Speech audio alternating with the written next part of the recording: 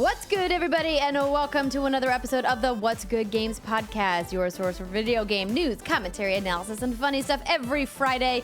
I'm Andrea Renee, joined by Miss Christine Steimer. Hello. And Miss Brittany Brombacher. Hello. Oh, It's like a ghost. Hello. Hello. Steimer, how are your teeth prisons? They're fine. Last week's trays were really rough. This week doesn't feel as bad. Good. that was a Happy fun to hear it. moment. If you guys missed last week's show, we had a little nugget at the top where Steimer and Brittany were singing about teeth prisons. AKA Invisalign. Yep. I know that feel. I just switched a teeth prison myself the other night, and I woke up and I feel like I got sucker punched in the mouth. Not a good Ugh. feeling. That doesn't sound Yes. fun. That's not great. No. It happens. Well, hopefully those days will be behind you in the distant future, or in the not too distant future. How about? It's like the distant. Good God. How, you want to sign me this up for life? You're like, you will have teeth prison forever. I guess it's because I wear a mouth guard at night that I just have resigned myself to always having teeth prison. I mean, teeth prison at night is better than teeth prison all day. True. Yeah. That's very true. It's like a work program. Yeah. Where you leave They just your teeth prison, have and then you come they back have to a teeth prison. curfew. They gotta remember- stay there. A show I did with Steimer, I think it was when I first got my Invisalign, and I thought I could wear them while I did the show, and then listening back, I sound like a saliva-y mess. What's good games? And it was not good. I wear mine during the show. Yeah, you're good at it, though. You're good at masking the teeth prisons. I don't know. I feel like I'm not, but I also don't want to take them out because I'm scared that it's going to take twice as long. Are they in right now? Yes. They're definitely I not can't tell. noticeable at all. No. Yeah. No. Oh. You're good. Woohoo! Go me! You did Yeah, it. You you're good. mastered the teeth prison. You showed them who's mastered boss. Prison. Teeth prison. Ha, ha, ha. So now that we've talked a lot about teeth, how about we talk about some announcements? Of course, this is What's Good Games, and whether you're joining us for your very first episode or your 118th, we're glad that you're here, and we're looking forward to meeting a bunch of you at PAX West at the end of the month. We've got a whole bunch of stuff happening at PAX. So, Britt, you want to tell the folks about our live streams? I would absolutely love to. We have Patreon live streams Thursday, August 29th. I didn't update this. Was it 5 p.m. is what we're shooting for? That's what we're believe- shooting for. yeah. Yes. But we Okay. said to hopefully for patrons to be a little flexible in Yeah. case we have travel delays. But hopefully we won't. If all It's goes gonna be according really to plan, fun. we'll be ready to go at 5 p.m. It's going to be fun. We're going to be streaming from a new location. And if you're a part of our community, you might well, I don't think you'd recognize the location, but No. you'll get a kick out of it, and it will be great. Yes, and we're going to have some special guests. Most Yeah. notably, you may remember Miss Rihanna Manuel from an episode earlier in the year. She stopped by the studio here in the San Francisco Bay Area, and she's also going to be stopping by our streams in Seattle. It's going to be great. Hey! And we also have a bunch of fun announcements you may have seen over at facebook.com/whatsgoodgames or at whatsgood_games on Twitter that we finally announced the details for our party. Brittany, this is so exciting. It is so exciting. It's happening. So we're calling it Life is Strange 2 presents Relax at PAX with What's Good Games. I like the way that rolls off the tongue. It makes me happy. So this is going to be Friday, August 30th from 7 to 10 p.m. at Art Marble 21. It is all ages until 9 p.m., at which point you have to be 21 and over. We are going to be raffling some limited Life is Strange 2 posters, and winners will be able to get an exclusive meet and greet with, oh my God, I'm missing Michelle. the name. Michelle, thank you. Co-creative director, I think is the official title we have on the announcement. Anyway, it's going to be awesome. It's going to be really cool. It's free. You don't need a PAX badge. Just come on by and hang out. We'll be on the second floor. It'll be great. So we're super excited to once again be partnering up with Square Enix and Don't Nod Studios for our Life is Strange party at PAX. And the reason why we're moving venues this year is because we needed a little bit more space. We loved Yeah. our time at the Unicorn, and those folks are fantastic, but we also wanted to open it up to all ages because the Unicorn was a 21 and over event or venue. So what's great about this is the party starts at 7. People that are 21 and under can be at the party until 9 p.m. and then they have a security guard come around and check people's IDs and be like, are you underage? You got to get out. But so hopefully if you are a parent or if you have older kids, or if you have friends that are under 21 that missed out on coming before, please tell them, hey, you can come this year. It's going to be great. We're once again doing the deal where the first 100 people in line will get a free drink on us. So if you guys are interested in coming, again, the venue is Art Marble 21. All of the details are at facebook.com/whatsgoodgames. Please, please, please, please RSVP for the event, and we will be doing a special post on our Patreon page for our patrons to talk to you guys about a special opportunity at that event for you as a patron. There's also going to be food. Yes. We may or may not be bribing you, but there will be food. Free food for everybody. We can't guarantee how long it's going to last. That's the only reason Steimer's coming. It is. There's going to be food. Yeah. I mean, I am a highly food motivated person. That's a good thing to be motivated by. Speaking of Life is Strange, I will be hosting the Life is Strange panel at PAX West at 12 p.m. on Friday. So, of course, that is ahead of the party. So if you guys are going to be at PAX West and you want to come on by, all of those details are on my Twitter, and we will be posting all of this on the website as well. Plus, we've got a panel which is happening at 7 p.m. on Sunday night in the Hydra Theater. So if you guys can't be at PAX, it will be live streamed on Twitch, and we will be sending out those link details once we get them from the fine folks at the Penny Arcade Expo. And I have 2 other panels that I'm doing because I love to be busy at PAX.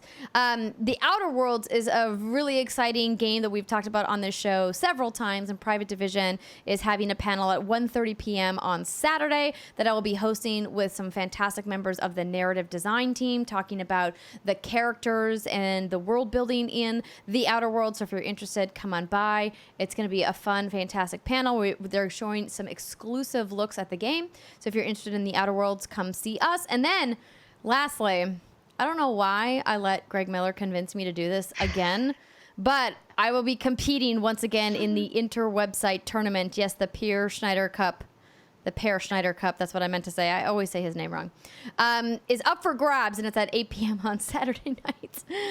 Is this the thing you did last year where no one knew how to play Overcooked? Correct. And I was dying because the game that I got was some weird, obscure Nintendo balloon game, and I died in the first 5 seconds, and I was like, this is bullshit, and I got super mad, and then Overcooked came up, and I was like, I was screaming at Alex Rubens, who did win, I believe. He did win. I was like instructing him. I was like, do this, do that. And then he listened and he won. So all I'm saying is I'm a great coach. You are a great coach. Coach Niesteimer.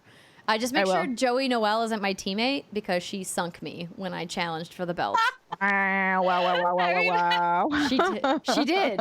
She was literally delivering our done meals to the opposite team's window. Forgot about that. Love you, Joey. You're the best. I got so mad. That's real bad. That's real bad. I was so mad. I love you, Joey, but oh my God, what were you doing? We all love Joey. She's great. So it's going to be a fun PAX, and don't worry if you're like, this is a lot for me to remember. We're going to write all of this up on the website, and we will have a post for you guys to go and check out. So enough about announcements. It's time maybe to talk about some news. But before we get to that, we want to give a big shout out and thank you to our Patreon producers, Alex Rigopolus, Faris Attieh, Mohammed Mohammed, and David Iacolucci. And welcome to our Patreon community. Ditto, Bailey. I don't know if I'm supposed to read it that way or if I'm supposed to read it as Bailey Ditto, but regardless, Ditto. I'm just reading it the way it looks. John is also part of our Patreon community. John who? Don't know. Eamon McGrath, Eric Guerrero, Delfino Rojas, Benjamin Preston, May Berlin, Amanda M. Haggy, and Trey Zink. Thank you so much for joining us. Haggy or Haj? Or Haig. Well, there was a kid in my class in high school who had this exact same last name, and his pronunciation was Haggy. If it's not your pronunciation, Amanda, I apologize. This kid in my class put an idea in my head that I just ran with. Let us know. Send us a message on patreon.com/whatsgoodgames, and we will pronounce it correct the next time. No, we won't. No, we won't. You're right. We're definitely going to say it wrong multiple times, as our loyal patrons in the mythic tier and above have come to love about us. At least this is a narrative I've told myself, is that they love it. Hopefully, part of our charm. Exactly. All right, but seriously, now it's time to talk about some news. Oh, wait, just kidding. I have to talk about Raycon. They, of course, are sponsoring the news for this week. It's 2019. Everybody needs a great pair of wireless earbuds, but before you go dropping hundreds of dollars on a pair, you need to check out the wireless earbuds from Raycon. So we've ordered some Raycons. I got the rose gold ones, or as the debate on the internet seems to be, it's just pink. I don't know if you guys saw this. Maybe this is a sidebar we shouldn't get into today. Our friend Khalif Adams, friend of the show from Spawn on Me, apparently doesn't think rose gold is a real color, but Raycon disagrees because I bought earbuds in this color. Right? Oatmeal raisin cookies. You can't trust that Seriously? guy. It's fine. Brittany, you're speaking the truth right now. Can't trust someone who likes oatmeal raisin cookies.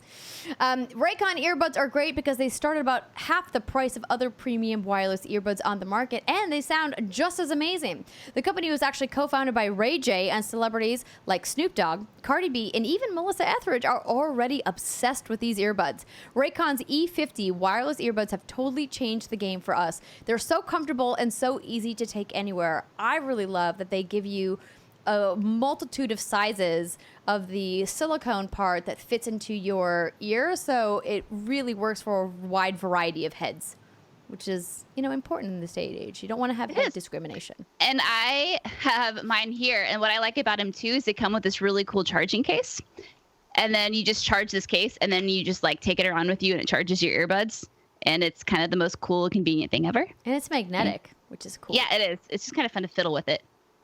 Unlike some of your other wireless options, Raycon earbuds are both stylish and discreet with no dangling wires or stems. And of course, they don't just look great, they sound great too. Raycon offers their wireless earbuds for everyone in a fun range of colors like we've talked about and at an unbeatable price. If you guys want to try the new E50 earbuds for yourself, go to buyraycon.com/what's good to get 15% off your order. That's buyraycon.com/what's good for 15% off Raycon wireless earbuds. If you've been eyeing a pair, now is the time to get an amazing deal. One more time, buyraycon.com/what's good. So for our first story today, Brittany, you very graciously helped me pull some news since I was a little busy. So do you want to take this first story? I would absolutely love to. All right, so we got a whole bunch of THQ stuff, but we're just going to start with this one. New Saints Row game deep in development at Volition. This is a Polygon article. Developer Volition is deep in development on a new Saints Row game, publisher THQ Nordic announced on Wednesday. While the game is untitled and does not have an announced release date, the company calls it a full entry in the Saints Row series. Yes. The most recent core entry in the Saints Row franchise was 2013's Saints Row 4, which was followed by a spin-off, Saints Row Get Out of Hell in 2015. Saints Roar would actually be a really cool. Did I say war or roar? I don't know. I would like Roar. Saints Horror? What? This has fun, ladies and gentlemen. In the interim, Volition developed Agents of Mayhem, a coolly received 2017 action-adventure game that has since spawned a successful board game spin-off. Did not know that. THQ Nordic had more than just a new Saints Row to announce today. The publisher also strongly hinted that a new Time Splitters game is in development, and that the series co-creator Steve Ellis has joined THQ Nordic to, quote, help plot the future course for this franchise. THQ Nordic acquired the rights to Time Splitters in 2018 from developer Crytek. Additionally, THQ Nordic also announced Dam Buster Studios, the studio that developed Homefront: The Revolution, is now in charge of the Dead Island franchise. Oh boy, this is not a hit against them. This game has had a weird, troubled development cycle. We'll talk about in a second. The studio, composed of former Crytek UK and Free Radical Design staffers, is now leading the development of Dead Island 2. Galaxy on Fire developer Fish Labs is working on a new intellectual property, and THQ Nordic has also acquired racing game developer Milestone, the Italian studio behind the Ride, MotoGP, MXGP series, developer Gunfire Games, the studio behind Darksiders 3, the Goodbye Kansas Game Invest, which gives THQ Nordic a, quote, portfolio of minority investments in 5 early-stage development studios, Palindrome Interactive, Fall Damage, Neon Giant, Cavalry, and Frame Bunker, as well as royalty rights to THQ Nordic's upcoming game Biomutant. Whoa. Good God. Jesus. Also, Frame Bunker is a fantastic name. Frame Bunker. This is Frame Bunker. This is wild. So we did an episode a couple months back where I distinctly remember making a thumbnail with all of these different games of like, what's going on with THQ Yeah, because Nordic? they were talking about like, we have like 80 games in development, and I was like, what the? Oh my god! And when How is that possible? I know, it's wild, because when I met with them at E3, they said that they owned close to 200 IP, intellectual property, in their portfolio, and that 80 of them were actually actively being worked on. I'm like, this is a preposterous amount of games to be working on. And so you may be thinking, is THQ just like printing their own money over there? Are they like selling drugs on the side? Are they human trafficking? It's all up front, yeah. Where is this money actually coming from?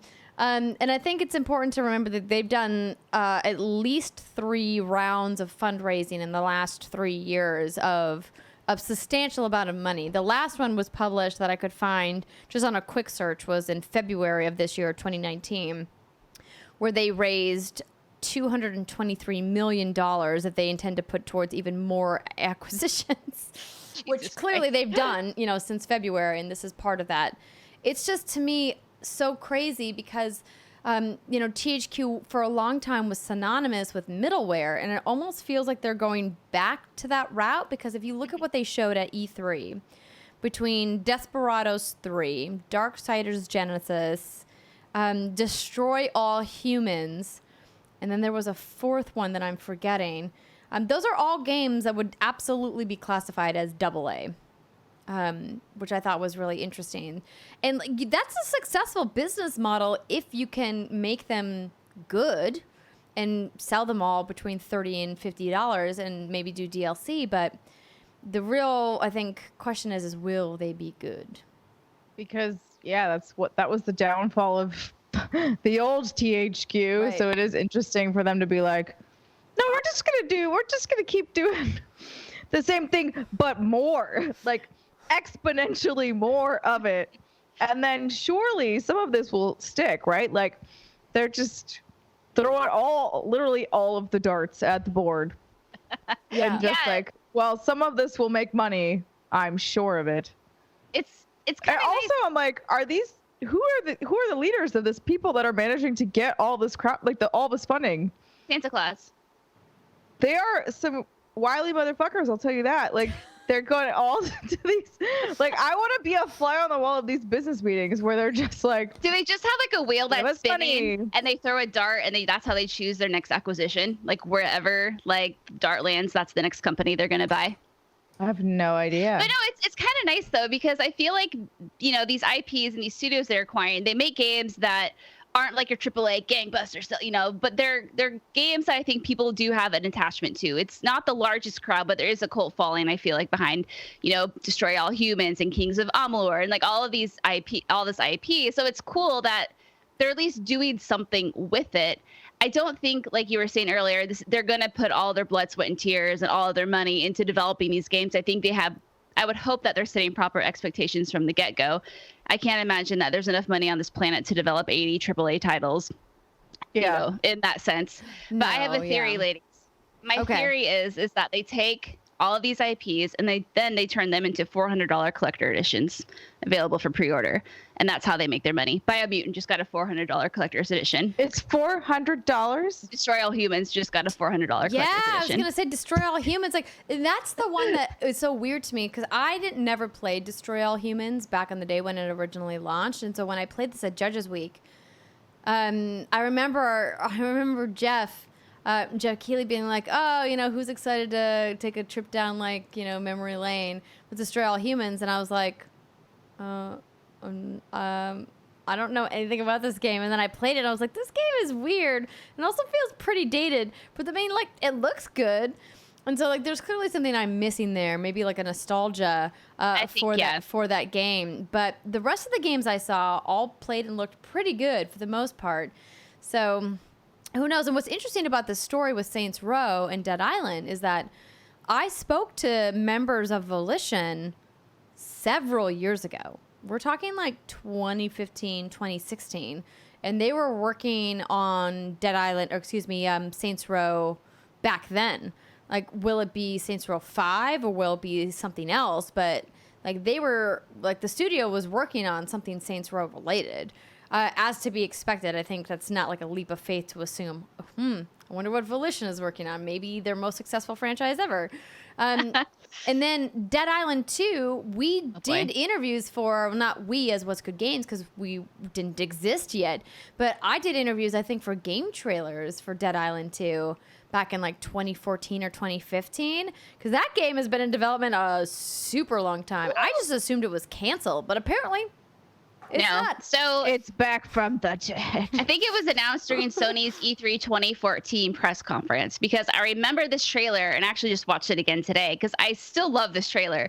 It's this like super jockey dude. He kind of looks like an arrogant douchebag. You know, he's on, I think, some pier in California, right? And he puts in these earbuds and he's like all cocky and jogging, and he doesn't realize behind him there are zombies attacking everyone, like everything. Yeah. And he's playing, it's that "I'm the bomb, I'm about to blow up" song, whatever that is. And They always have really good trailers for Dead Island. so good. Yeah. Oh god, that first Dead Island trailer. I watched that so one good. again. It That won was like great. hundreds of awards, that trailer, for the original. And I watched it again today to see how it would hold up. And obviously we all know what the first Dead Island game was like now. But I remember when that released, it took the whole industry by storm. Everyone was like, oh my God, back when we could be wooed and swayed by fancy trailers. You mean Yes. like And now? I mean, I'd like to think we're more skeptic now, but totally. Did you see the Cyberpunk trailer at E3 with Keanu? That was all CG, and CD Projekt Red makes amazing cinematic trailers. I remember the Witcher trailers were like chef's kiss. But I watched it again today to see if it's still, and it's still a pretty emotional trailer, and it's still a really good trailer, and I wish we would have gotten a game like that. Anyway, so yeah, Dead Island 2. So this was announced during Sony's, I think, 2014 press conference, and Techland had made the first Dead Island, and then they pieced out and was like, no, we're going to work on something else, which turned out to be Dying Light, which is like good move on them. And then I think it was pronounced Jaeger or Jaeger. They started working on Dead Island 2, but then they had creative differences. Jaeger. Yeah, they had creative differences. So then they split, and then Sumo Digital took over, and they had been working on it for 3 years, up until now, and most recently known from Sonic Team Racing and Crackdown 3. And now we have this new studio. But yeah, it's interesting. Can you imagine what that code must look like at this point? They have to throw it out, right? Like, there's no way that they could possibly work with it. Well, and that's what think about how long they worked on Kingdom Hearts or Final Fantasy 15. Well, but those weren't constantly shifting dev teams. That's true. That's true. Like, Everyone because codes I'm just thinking, differently. exactly. I'm literally just thinking about the code base, and like, if something breaks, that team will have no idea how to go back and fix it because someone else built it. Unless it's built in Unreal. I don't know. Is it Unreal? I actually don't remember. Maybe it's Unreal, and then in which case it might be fine. But it kind of begs the question, does this game even stand? I mean, I guess it is like kind of like we were just talking about THQ. If they have it is an Unreal Engine game. Never mind. The proper expectations that this game isn't going to sell cajillions. It's not going to win, probably, this is me making assumptions, win any major Game of the Year awards. Is it still, you think, worth putting all this effort into? Think of all the money they dumped into it, and clearly someone there believes in it enough. But it's like, what does a Dead Island 2 look like in today's video game culture, right? I mean, I'm not one of these people, but a lot of people are sick of zombies. They're hashtag over it. And it's, how successful can this really be? If I feel like they have to dramatically change the formula and make it into something maybe even a little bit more serious, maybe more refined and polished for it to gain enough traction to be relevant. It's going to be interesting. I remember seeing footage of this game at E3 that year. But now... I normally would be, yeah, Brittany, that's totally right. But after seeing how impressed I got with Dying Light 2's demo at E3, I was like, well, there's clearly room for a zombie game if it's done well and it looks good and plays well. That's just the big X factor with this game, because Dead Island as a franchise kind of fit this really kind of campy zombie vibe. It had some really fun combat mechanics, but then when Techland left that franchise to start Dying Light and was like, you know, Deuce's Deep Silver were out, you know, and went to go do their own thing and branch off, you know, it's going to be interesting to see what remains and like what's going to actually feel good and play well, knowing that the team that really created the Dead Island franchise is now working on another blockbuster zombie franchise that are really going to go head to head in competition. Well, the thing with Dying Light 2, and I even asked this question at E3, I said, would you classify your game as a zombie game? And they're like, no. You know, Dying Light, it's more about the parkouring, the weapon crafting, the storytelling. Like, obviously, the infected, was that what they're called? I think the infected in this one. Anyway, every zombie has its own term in the game. They're like, zombies, they're zombies. It plays a role, yes, but the game isn't so central on that as much as it is, I think, on the storytelling and the consequences of your action. Whereas I think of Dead Island, which is a much more, zombie/RPG game. So you're just like hacking things up. Yeah, so it's going to be interesting to see what they do with this one. Clearly, it's still a thing that's like being worked on, but we'll see. They're like, we will make it happen if it kills us. Dun dun dun. Oh, my lights are flickering. That was really ominous. Oh, with my dun dun dun. Yeah. You've got ghosts. I'm haunting you, Simon. This But next you're still story. alive. Oh, sorry. Wait. No, it's okay. I'm done. Go. She's done. Oh, She's I'm whipping getting her the eyebrows. I'm getting the eyebrow action. I don't have my pillow. That's what she said, pillow. I know. Mine's back there, which you can see on your cameras, but the people can't see because it's cut out.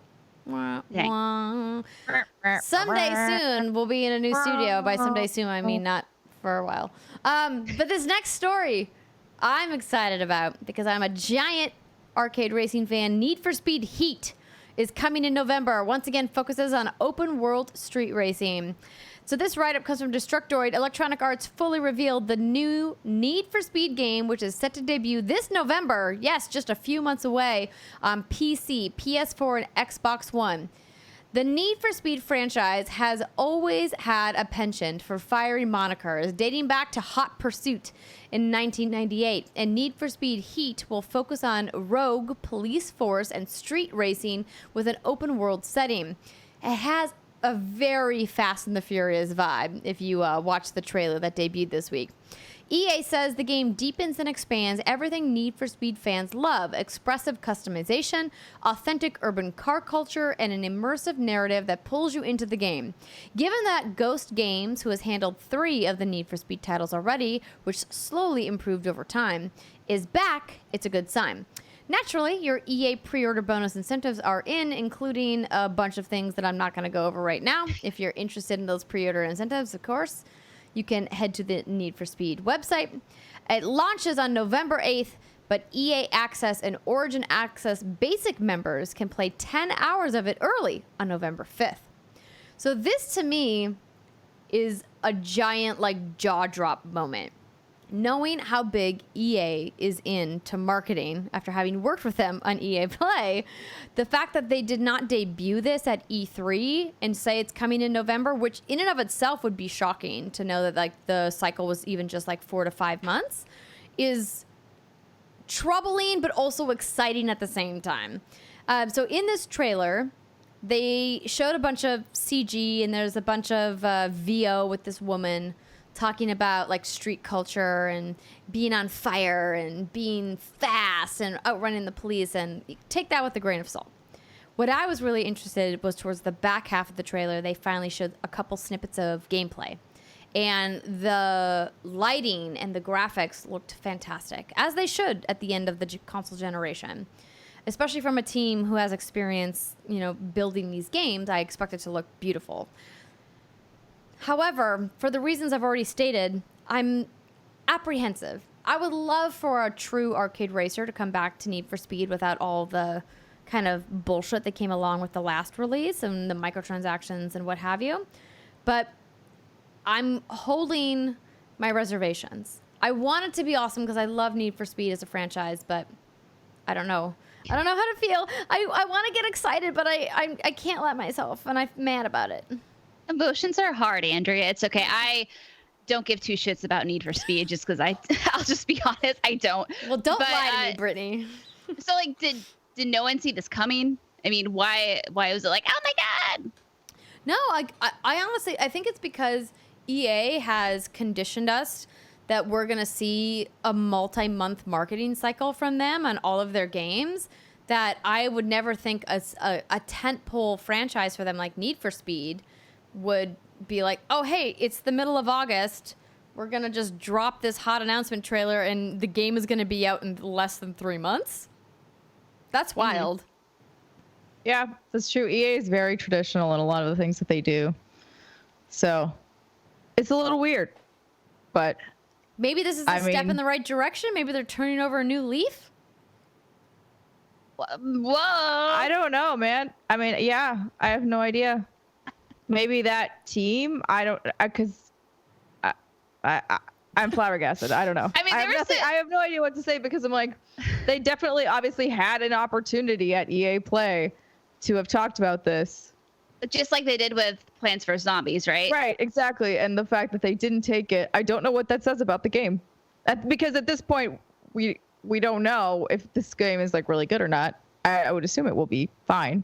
But it is a head scratcher, but hopefully a good thing.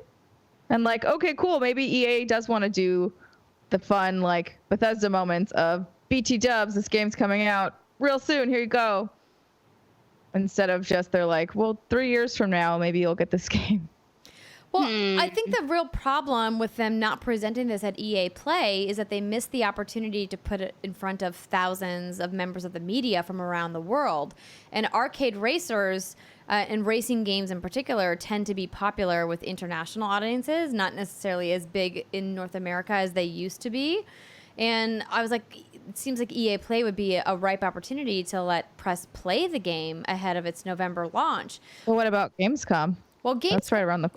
Yeah, you're right. Gamescom's next week. And I guess I think... Are they going to be there? I imagine that they would be there because like that probably is what it is. It's like, well, we'll hold off. Arcade racers aren't super US focused, so I'd say that's more of a European thing. So like Gamescom feels like a good fit. I just hope they bring it to PAX because I want to try it. I'm sure they will. I just think that it's a game, it's a franchise that needs a boost. It needs a lift. I tweeted, could this be the Comeback Kid title? I don't know. I've literally seen nothing of this game other than the trailer.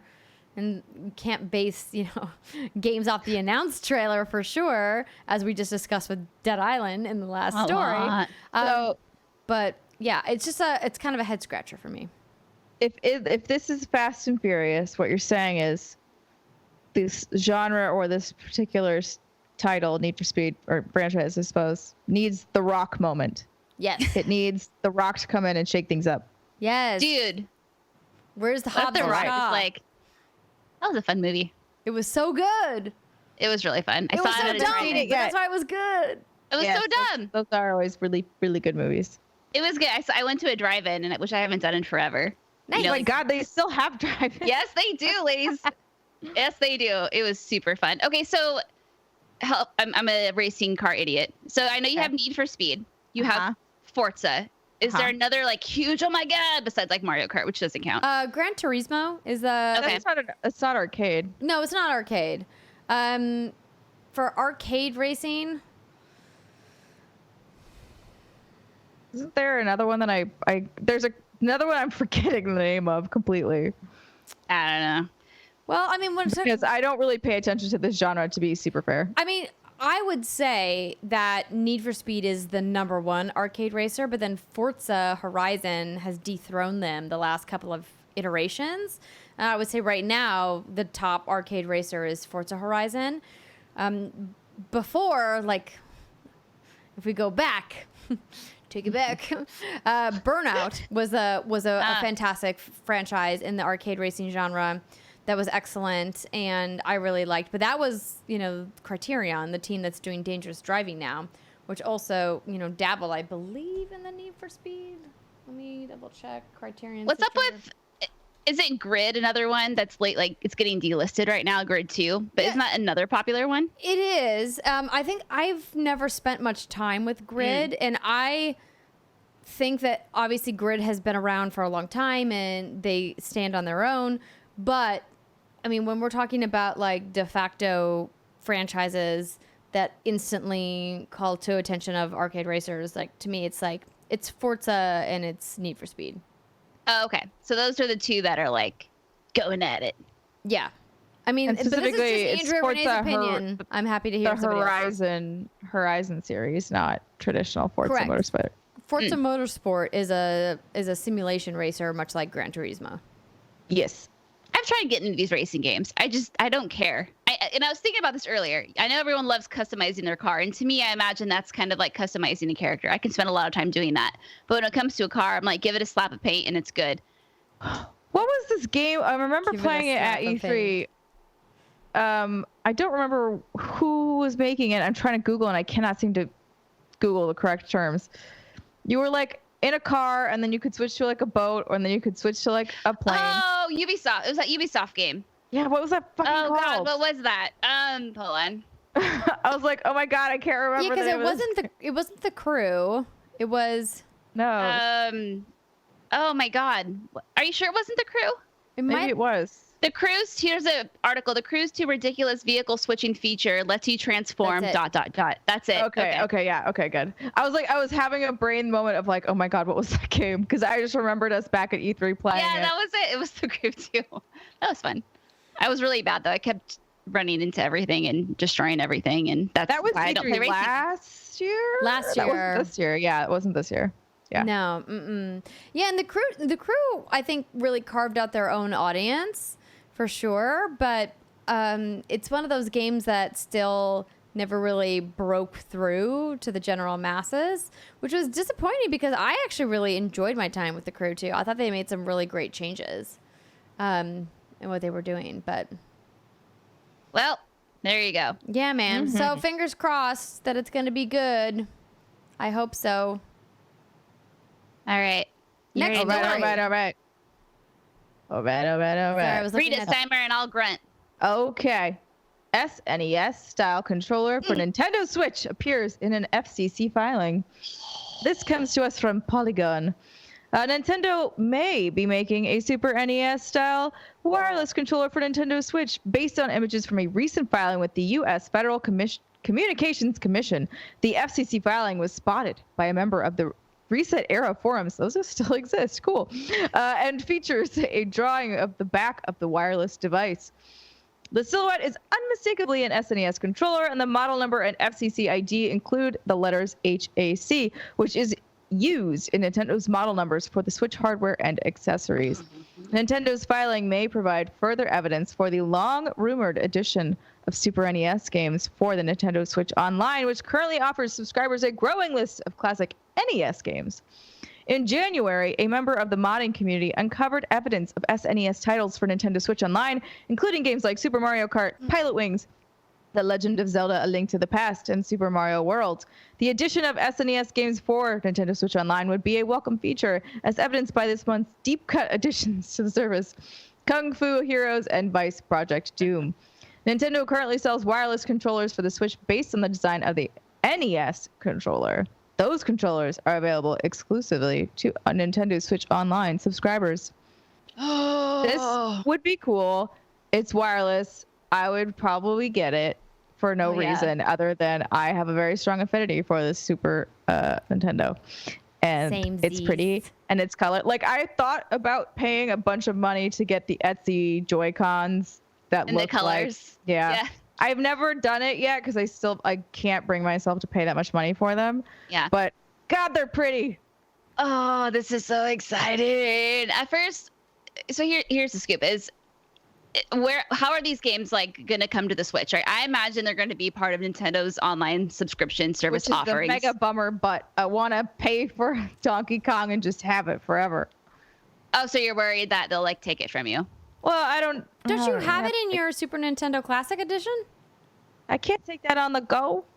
There's just some games that you want on every platform you own. I mean, like, I can't play it like while I'm on the plane or whatever. I'm with you. You want it on your Switch, and you just want to have it. You just want them to have Virtual Console, is really what we're saying here.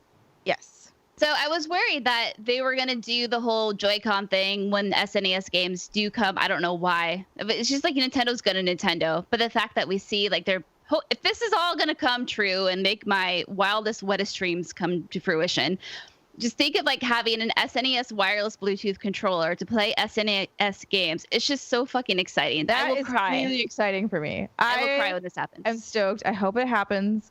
I wouldn't mind if they were like, here's some online offerings, and then also you can just straight up buy some. Like, cool. Cool. But I just want the thing for as long as I have my Switch. I guess it wouldn't be forever because Nintendo doesn't have a great online and doesn't port things forward, but it's okay. I can't imagine that they would. Well, I don't know. I think it would be a weird look, but again, Nintendo's going to Nintendo. If they do sell these on their eShop as separate purchases, I would like to see this become just like a thing for their Nintendo online subscription service, right? It's already, I don't want to say cheap because it makes it sound like it's like a bad thing. It's a good value. Inexpensive, good value, bang for your buck. And if you can say, hey, subscribe, pay this low amount of money, you get access to these really great already NES library, now an SNES library. I mean, that's reason enough for a lot of people to buy a Switch alone, especially if you're, a huge fan of the classics. And what's really neat about the NES games is they have, I don't know what the actual name is called, but they have some games on there that they've done certain things with it. So you can, start certain games with all of your items, or you can start games with maxed out health. And that's really cool because those NES games, they're not super easy. And I think our patience for games like that these days, unless you're into like the Dark Souls or Sekiro games, where they're very, it's not a lot of patience. So I think it's great that they offer that so people can go back and visit those games that they maybe never got the chance to play and experience them. Not to mention, I think the SNES library just stands the test of time. And so many of those classic games are still so good and they hold up so well. I want this to happen. Yeah, I mean, I'm surprised it hasn't happened already, but it sounds like maybe we're getting closer. Yeah, they've already made the emulation in the SNES Classic Edition. All they have to do is port it to Switch, which shouldn't be that hard for them. They've ported those games a bazillion times over the decades. Oh, yes. And like, this is a win. This will be a big win for people, especially going into the holiday season, who are looking at maybe purchasing an additional Switch Lite for their home, or maybe adding a Switch or trading up their Switch to get the upgraded Switch that's available, which BT Dubs GameStop is doing a deal on. I don't know if you guys heard about that. I saw photos of people transferring data. So what's the deal? So GameStop is doing a trade-in deal. If you trade in your Nintendo Switch, your current Nintendo Switch, you get I think $225 of trade credit to go towards the new upgraded Switch. So essentially you're getting the Switch with the better, the chip that optimizes the battery life for $75. Nice. Oh, shit. Excuse me, I have to go. Make sure you get the one with the red box, and I'm sure your friendly neighborhood GameStop employee will help make sure you get the right one. But they're doing a deal, so. That is very cool. Yeah. But I was thinking, how dope would it be? They won't do this, but they bundle, they make a bundle, Super Nintendo bundle. Like a gray Switch unit? And and a really pretty Switch unit that's Super Nintendo themed, and then they include the actual thing. God, that'd be so and good. The purple buttons. Oh my God. Yes. What if they did it? They won't do it, but what if they did? I would abandon my life. I would throw all of my money at it. I would just be like, here, take my wallet. Here's my social security number. Here's everything you need. Just take it. Just take my life. Give me the console. Well, listen, if you're offering up your social security number for this custom console, there's a deal to be made here. Let's talk after the show. Okay. It's a good one too. Seems like a pretty cheap price for access to your social. Yep. I'm not very good at business. What can I say? Now she's just playing dumb. She's a very smart lady. But yeah, this to me is just a foregone conclusion, right? This is happening. It's absolutely gonna happen. I've been thinking about a lot lately. So I just want to play Ocarina of Time on my Switch. And if you're gonna get mad at me for not saying Ocarina, fuck you. But I'm just saying I've been wanting to play. Hey, Ocarina! Ocarina. Yes, Timer, I love it. Yes, Ocarina of Time. Yeah. So it's go girl, you go girl. Oh, Sorry. Andrew's dancing. She's broken. I was doing my Ocarina dance. She's going through a lot of adult things right now. Ocarina. Adult responsibilities. She's a little it's cracked. this? How many buttons does an ocarina have? A flute. Well, anything is like this. It's not like. Oh, I'm glad you asked. Oh, she's got it right there. Oh wow, you have it right on your desk. I do. I can play songs. Okay. Prove it. You're not even putting your mouth on it. Okay, hold on. That's what she said. Yeah. Sorry, I couldn't help Oh, God. myself. Wait, but Oh. you didn't blow in it. Oh, it's because it's a fake ocarina. Oh, it's a fake one. Of course it's a fake. You think I'm not talented? It's a Yes, I do. Yes? As a diehard, believe you in literally you. have the Master Sword on the wall of your home. You don't have a. So you're Okay, now don't buy one. Now I know what I'm getting you for Christmas. So wait, you're telling me that for like a hot minute, I had you convinced that I was actually playing this? No. No. No. Oh. Well, good. Oh God. Okay. Andrew and I are both like, no, of course Well, you're not. like, it's a fake ocarina, and I've been blowing into it. So I thought I had my moment. It's okay. No, I'll never I knew you were be. pushing buttons, but I wasn't my sure if it could also blow. My aspirations to be the hero of time have been shot down. It's fine. Let's just move on. I'm You sad know now. they sell them at Pike Place Market. There's a man who makes clay ocarinas, or I however you know. say it. I've been eye fucking those for many years now. If you're going to PAX West, that is a pro tip from me to you. Go hit up the ocarina. Ocarina! Yeah, ocarina. That was gonna be sick. He's at Pike Place Market. He's got a stall, or at least he did when I still lived there. I don't know if he's still around. Yeah, he is. I just saw him. Well, I saw him a few years ago, so I can't say that definitively, but I know who you're talking about. Yes. Also, if you're going to Seattle, Pike Place Market is a place you want to visit. It's great. Very true. They throw fish. It's true. It smells bad. That's not even the best part. Like once you're past the fish market, there's so many flowers and good food stalls and lots of arts and That smells crafts and good. homemade jewelry and all kinds of stuff.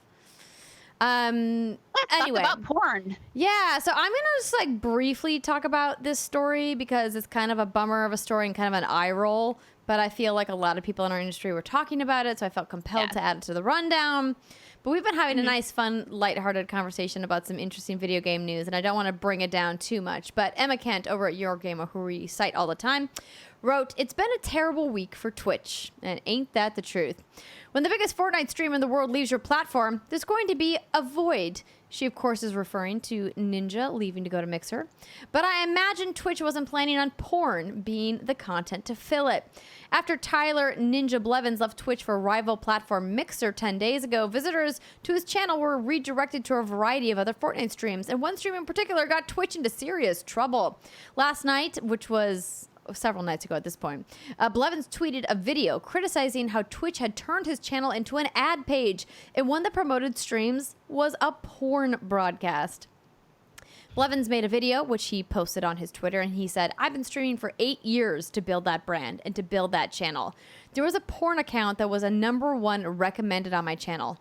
I have no say in any of this stuff." Understandably upset, Blevins called for the adverts and his entire channel to be removed, a wish Twitch has partially granted, having removed all of the advertised streams from his channel, while the promotion of porn was unintentional on Twitch's part. Here's my thing. If you're Twitch, you have control over this. It's your fucking platform. And so if you're going to make an example of the biggest streamer on your platform and say, "Oh, we're just testing out this feature," maybe you should do your job better, Twitch. Anyway, Yeah. Yep. my aside is done. Essentially, TLDR, Twitch apologized. They took it down. Ninja's like, "Whatever, I'm done with you, Twitch." I just like the sentence in here real quick. Sure. While the promotion of porn was unintentional on Twitch's part, the platform's failure to remove the not suited for work stream and its quick promotion on Ninja's channel thanks to Twitch's algorithm was an obvious cock-up. Yes, that was good writing. Very clever. I thought that was cute and funny. Good job, Emma. You made it funny. So essentially, like, this was bad, and the whole reason they did it was bad. And like their excuse was even like so eye rolly, like, "Oh, well, we were just testing out this feature, so you're gonna test it out on the #1 channel on your platform, despite the fact that Ninja left. Like, he still has the most followers, and that's gonna kick a notification to his followers. Or if they go and they missed the news, maybe they were on vacation or something, and they came back and they're like, "Where's Ninja?" It's just, Here's some porn. yeah. And you think of the kids, he has a huge, He's a child very fan base. brand safe. Yeah, channel. they learned some things that night, ladies and gentlemen. No, it's They weird. sure did. It's hard because on one hand, I'm like, well, it's Twitch's platform. They can they do ? Whatever they want with Ninja's page? I guess legally and technically, yes. But then I put myself in his shoes that, if What's Good Games decided to publish our videos only on videos published by what'sgoodgames.com, I don't know. Vimeo.com, YouTube. for example. There we go. And YouTube was like, oh my God, those girls have so many subscribers. We need to try to show other people or show off or promote other video game content creators. And they started putting other channels on our YouTube page. How would I feel about that? And I think I would feel pretty crappy, you know, especially after all the work we put into, you know, growing this channel and curating it, just to see them take advantage of that and promote other platforms and not doing a great job at it. I understand why he feels the way he felt. And in his video, you know, he had said that there were, for the most part, things had been pretty amicable and professional between him and Twitch, but there were some, you know, little jabs here and there, and they just kind of like let it go, be the bigger person, quotes. And then this happened, and then he just couldn't take it anymore. And I understand that. It's kind of weird. Twitch has just kind of made some weird decisions lately. There's been some bad things on Twitch lately, and things that you would think should have gotten more than just a little slap on the wrist. It's kind of interesting. Yeah, and it's crazy to me how they'll hand out lifetime bans for streaming porn, but not for the dude that assaulted his girlfriend live on stream. Apparently that's okay for you to domestically abuse your partner live on stream. But if you show two consensual adults, you know, banging, no. How dare you? It's just like, yeah. Their biggest problem right now is something that YouTube is also struggling with.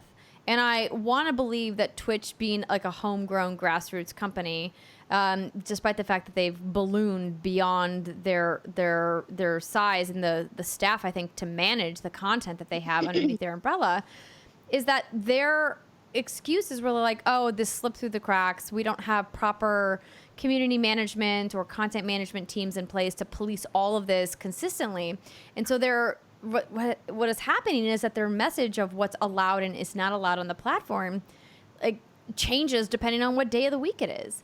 You know, we're seeing this with all kinds of content that's getting flagged for people getting banned, whether it be Dr. Disrespect in the bathrooms at E3 or what happened with this streamer in Australia, you know, with his girlfriend. So, and now these people streaming porn and not safe for work content. It's just like, make up your mind, pick a lane and stay with it. If you're going to have rules, enforce them and enforce them with some weight and have some consistency. But they haven't. They'll give one streamer a 6-month ban and another streamer a 2-week ban. And it's like, how is that supposed to give viewers any kind of consolation that you know what the heck you're doing with your platform? And YouTube is just as to blame, because they also are, you know, essentially laying down the law with their creators who are breaking the rules wildly, inconsistently as well. And like, I'm with you, Brittany. I absolutely believe that these are private platforms. I've always said, like, they're allowed to do whatever they want on their platform, whether they kick you or not. I just want them to be clear and transparent with what the rules for being on the platform are, and then, you know, enforce them consistently. And we're not getting that from Twitch for sure. Yeah. Yep. It's a thing. Yep.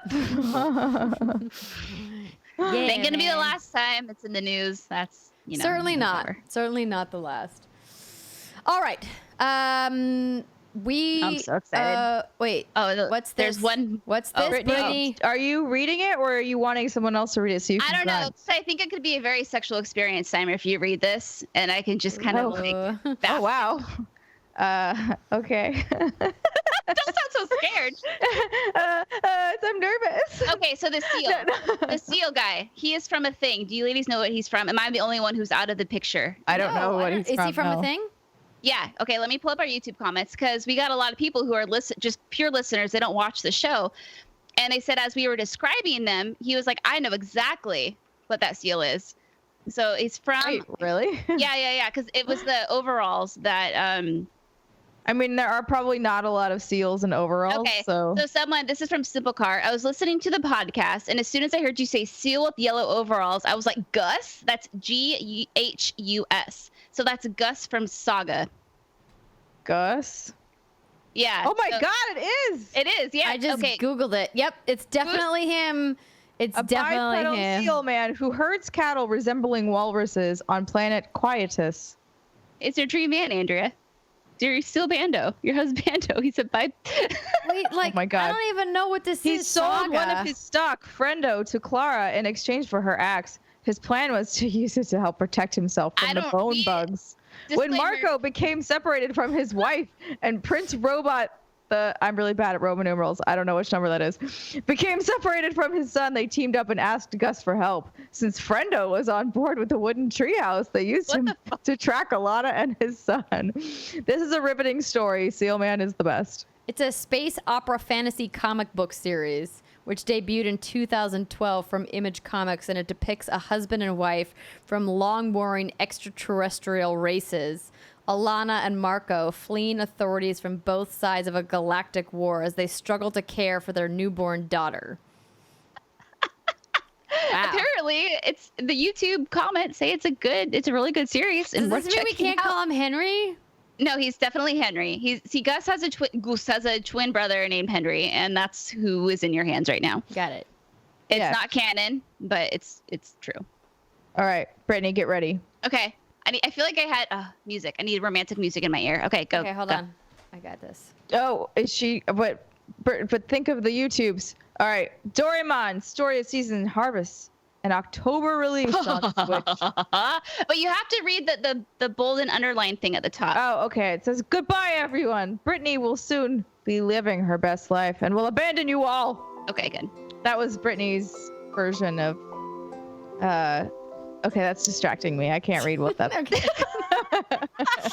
I appreciate it. After originally being penned down for a slightly vague, quote, autumn 2019 release, Doraemon Story of Seasons has now received a true release date. You'll be able to pick it up from 11th October? It's out on October 11th, okay? Yeah. That's what it is. A crossover game between Story of Seasons and Japanese manga series Doraemon. The game will have players planting, growing, and harvesting their way through a friendly adventure. You'll be enjoying those activities with Doraemon and his friends as you aim to develop a town, interacting with the people in it to build a thriving community. Then there's, I think this is a Brittany point that just says, there is also a new Story of Seasons in the works. Okay, so I have to talk. Okay, because It was in all caps. I'm not shouting at you on purpose. That was all me. So Steimer and I broke this down on a Britt and Steimer show, and I was a little apprehensive because I love my Story of Season games. They're like my chicken soup for the soul games, and I was worried because this is a crossover between Doraemon and Story of Seasons, but one of the thing I'm most attracted to about these games is that you can interact with townsfolk. You get to build those relationships. You get to pick someone who you want to marry, have kids with. You bring them eggs and turnips and eggplants all day, every day, and they love you. God, I seriously just need to start giving a man some eggs. I know, every day. Just give him a fucking egg, Steimer. Don't say anything. An Hold egg it over, a day. just hold it over your raise head your heart. and give it to him. Yeah, and then I'm not going to like hand it to him like a normal person. It No. has to be over my head. over your head, and then you just kind of like throw it at him, but Yeah. hopefully it doesn't break. So I was worried about that, but then at a few months ago, it was confirmed that there's also another Story of Season games in works in the traditional sense. So before we get into the other stuff, I have my Doraemon game coming October, and I have a new Story of Seasons games that's in works. You may continue. That's just like TBD, like no date on that whatsoever. Just like we're working on it. Yeah, the new Story of Seasons, yeah, Cool. in works. Now, there's something regarding Harvest Moon via DualShockers. Mm-hmm. Marvelous has published more information and screenshots regarding Story of Seasons Friends of Mineral Town, the Switch remake of the 2003 originally released Game Boy Advanced game. Oh yeah. Story of Seasons Friends of Mineral Town will see the comeback of Ellie? Yes. Okay. I was like, I can't tell if it's Eli or Ellie because my eyes. I was a little confused. Yeah. There you go. Ellie, Mary, Gray, Doctor, and Kai. Oh. All of them have the same professions, personalities, and hobbies as in the original game. Their new character designs are done pretty well, too. You can check them out in the gallery that's in this article, which is on DualShockers, or you could just Google it. Other returning characters confirmed so far include Potpourri, Karen, Cliff, and Rick. All the various villagers of the original were already revealed as well, so it's safe to assume every single character from the original is coming back. Marvelous also teased 2 brand new characters when the game was announced, but they still weren't revealed. Switch exclusive Story of Seasons Friends of Mineral Town launches in Japan on October 17th. Xseed has also announced the game in the West, but there's no release date quite yet. It's coming though. This is so fucking exciting. Oh my god. And then the final backflip off the moment for her. Rune Factory 4 Special is coming to Switch in 2019, and Rune Factory 5 is coming in 2020. I love you all, but I'm going to leave your asses behind. I'm going to divorce my husband. I'm going to abandon my dog. I'm going to find a little corner somewhere on this earth where I'm going. I Why wouldn't you just take Reb with him? Because or I with you? can't be held responsible to feed him and keep him alive, because I'm just going to find a corner on this earth and I'm going to fester in my own filth and I'm just going to play these fucking games until I become a shriveled old prune of a lady. Because this is like my life. This is what I live for. I've been deprived of these games, and now I'm getting like so many of them. I don't know what I'm going to do with my life. I'm curious if I'm going to like the Doraemon one, because I have zero attachment to Doraemon, but I like Harvest Moon games, so I'm excited about the new Story of Seasons, like without the other thing. Yeah. And should I play this Mineral Town one? Yes. Okay. Sorry. Yes, you should. Yes. Okay. Good. Yeah. So I think the Doraemon game is just going to be like all of these, but this one in particular, a really just feel good, chill, relaxed game. This one has more of a storyline, whereas the other ones usually don't. It's more about building the farm up. But this one I think is just going to be a really good feel good game. And I like to feel good. I do too. It's a good thing. I told Jason about all these games coming out, and he faked a very good, "That's exciting, babe," because he knows when these games come out. Oh, Jason's so nice. He's like the best. Yeah. No, he's Too also bad you're divorcing him. I know, but it's for the best. I can't give him what he needs when these games. So this is a good thing. I just want to give my year warning in advance. Your notice. My 1 year notice. That's actually really respectful and helpful. Thank you. You're welcome. I got you, ladies. Oh my God, I'm so excited. So I have to replace Brittany by 2020. Yep. Yeah. That's not much time. Okay. Got this. It'll be fine. It'll be great. I'll start holding auditions soon. Okay. I'm so excited. Oh my Who God. has long blonde hair? A lot of people. I can talk obsessively about Pokemon, Zelda, and Story of Seasons. I'm so happy. All right. Well, I'm happy you're happy. Your happiness makes me warm inside. So I'm glad that this makes you feel great. I wish I had this thing, but maybe Destiny Shadowkeep is that thing. I was thinking about adding it to the rundown, and then I was like, nah, it'll get too nerdy. But they had a stream this week, and they announced a bunch of changes coming to Shadowkeep for Destiny 2. And needless to say, I'm excited. A lot of the What's Good Guardians are excited, and it's going to be fun. But when's the cross save coming?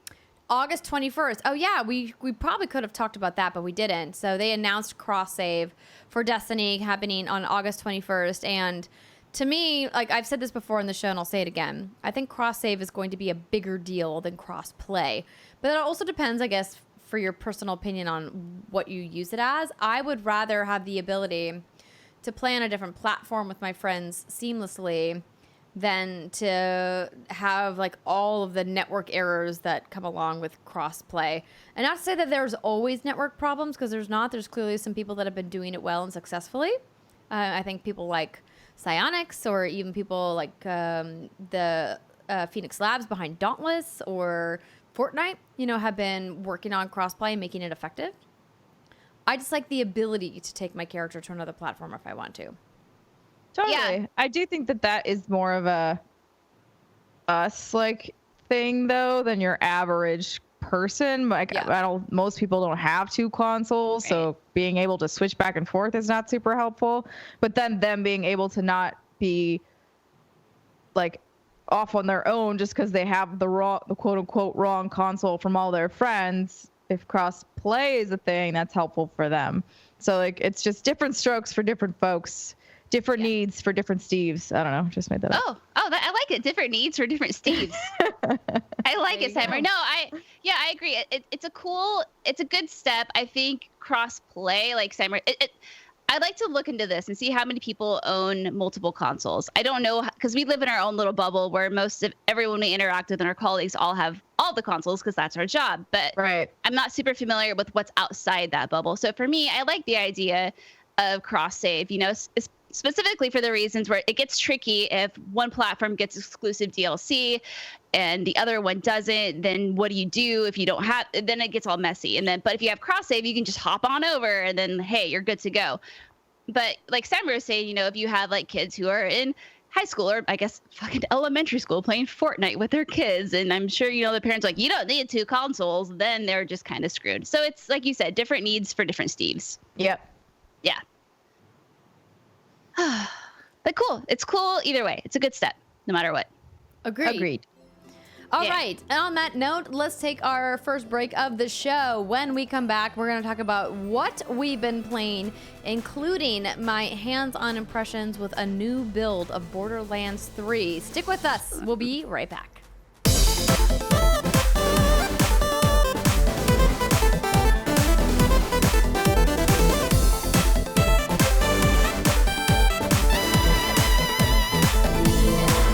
What's good, everybody, and welcome back. It is the second segment of the What's Good Games podcast, and this is where we talk about what we've been playing.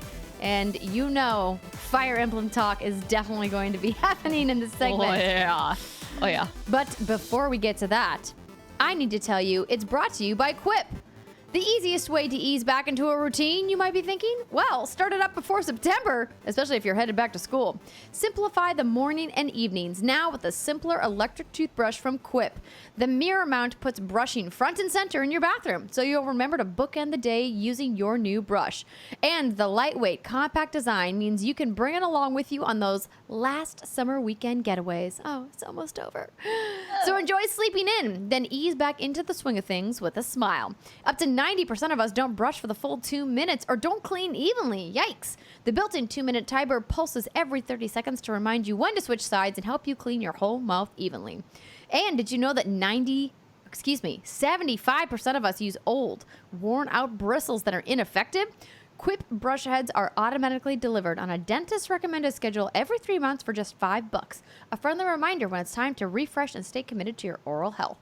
Quip is one of the first electric toothbrushes accepted by the American Dental Association, and they're backed by over 25,000 dental professionals, and they have thousands of verified 5-star reviews, including from What's Good Games.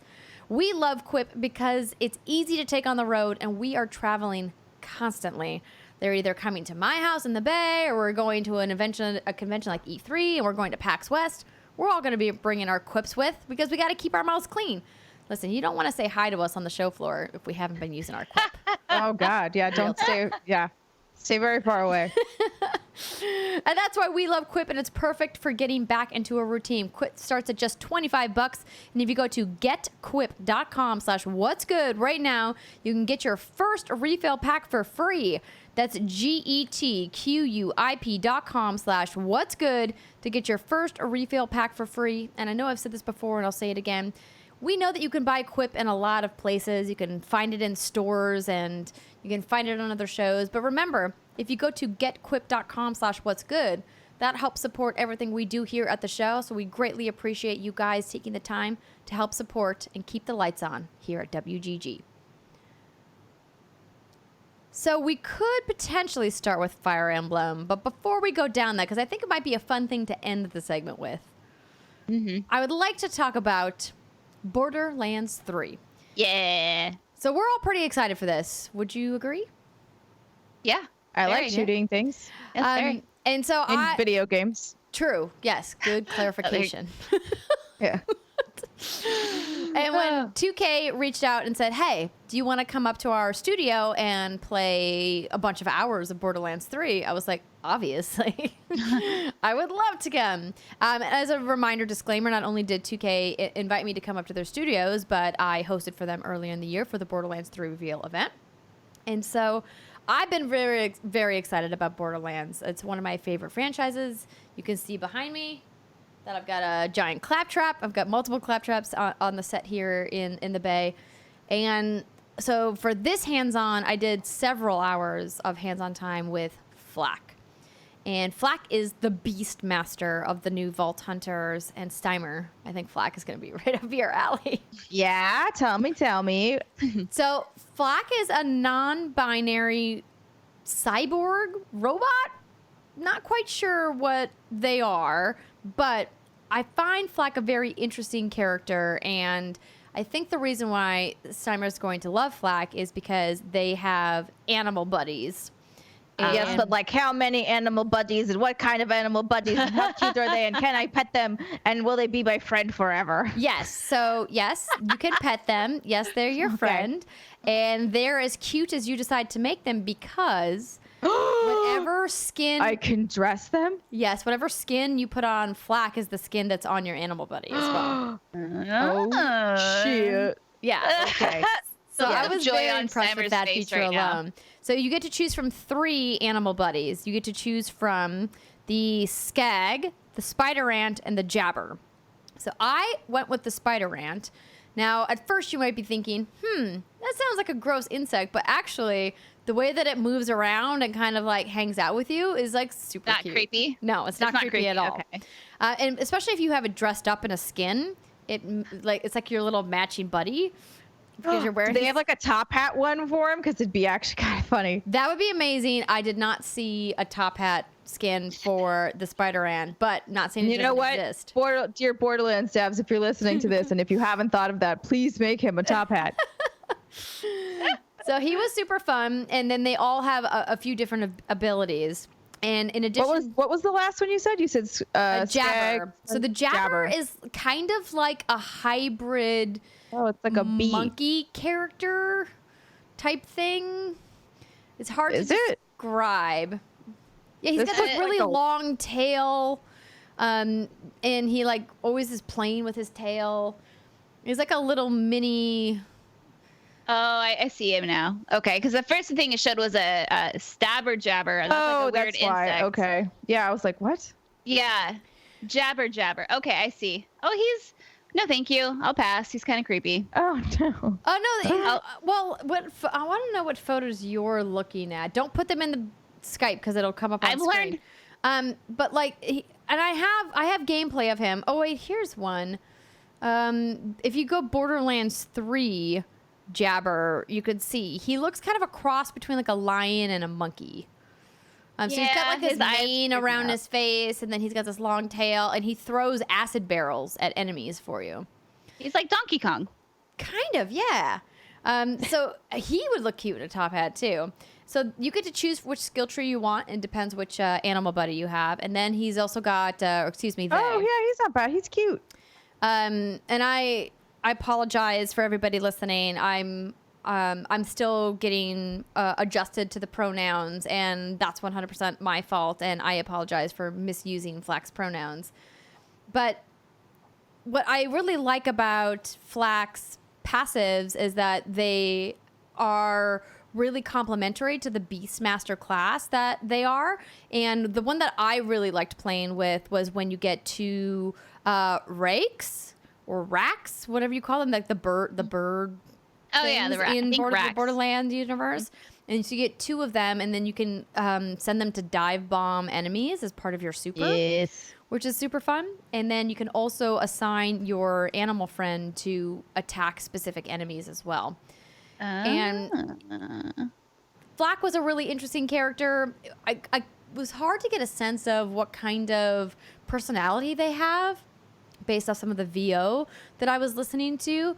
But it seems like, they will progress and maybe shed back onion layers throughout the campaign, because some of the characters feel like they're really bombastic up front. You kind of know what you're getting into. But Flack was a little bit more of an enigma, not unlike Zero, the assassin, in the previous game, who, you really kind of grew to love as the game went on, and you kind of got to know a little bit more about Zero as a character. So I really enjoyed my time with Flack. They are definitely... So I have a question. Yes, question. Because, as you both know, I played way too much Guild Wars 2, and one of my characters was a ranger, and at the time I picked it because, very much like Flack, I was interested in having a bunch of little pets that ran around and did damage for me and were my best friends. But lo and behold, as I played the game more and more, I realized I had made a giant mistake. They have fixed it now, and they actually have a different variation of the ranger class where this fixes it. But before, years ago, it was actually like you kind of were one of the worst classes for a lot of things, because the pet AI wasn't always the best and wasn't always doing the damage that you could do as a player. So I guess I'm curious as to how good the animal companion AI is, how much it does really seem to be helping you, or if it's kind of like, oh, they're cute, but they kind of run around and like Do nothing? do nothing. That's a great question. So I found during my playthrough that if I didn't assign my friend to attack an enemy specifically, they did much better by just letting them roam on their own. which is a little counterintuitive to like the design. And in fairness, I didn't upgrade it very much to really see what they would be like farther down the skill tree. But what I discovered was that if I assigned my friend to go attack a specific enemy, they would die. And if I didn't assign them to attack a specific enemy, they wouldn't die. They actually, weird. They would actually kill quite a few enemies if the AI just was left to its own devices. And I don't know why that is. And they respawn, like there's like a refresh period where you have to like wait, and then they'll just automatically respawn. So there's no like death or permadeath for your friend, thankfully. But it's annoying when you're used to them in combat and then they're gone, you know, and then you're like alone. They don't even like. Wait, so they like disappear? Yeah, they die and then they just poof, they're gone. Oh. See, because like a lot of how they do pets in other games is like they'll be downed for a bit, and then they'll like slowly You can recover revive. health. Sorry, and then To revive. be clear, just like your regular allies, if you're playing co-op, you can revive your pet as well. And they have Okay, good. names. The spider was called Broodless. The spider. Oh, that's cute. Ooh. Yeah. And the jabber was called Meat Thief. Oh my! What? Yeah. Okay.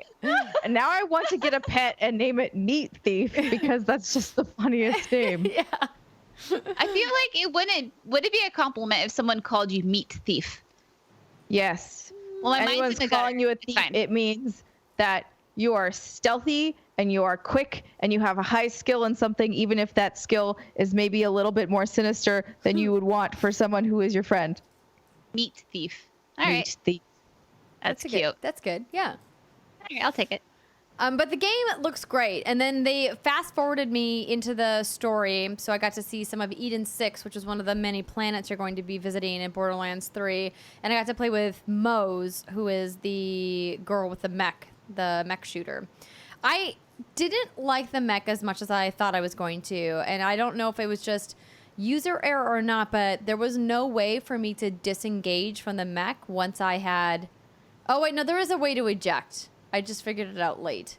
But like the thing about the mech as a super is that it really only felt like it was useful during boss fights, and that doing just basic crowd control wasn't. Feels a little overkill. Yeah, it was just like it didn't feel smooth. It didn't feel like it meshed well, and that's perhaps that maybe she's designed as a tank character, like a literal tank, and that's why it felt like too OP, and maybe she will feel better in a co-op environment where there's other people to complement her. But playing solo, because I didn't play co-op at this event, I was not really having as much fun with her as I wanted to have. So I think I'm still going to main Amara, but Flak was a strong contender as my backup Vault Hunter. But I know, Britt, you really enjoyed your time with Zane, who is the operative, who's got the gadgets.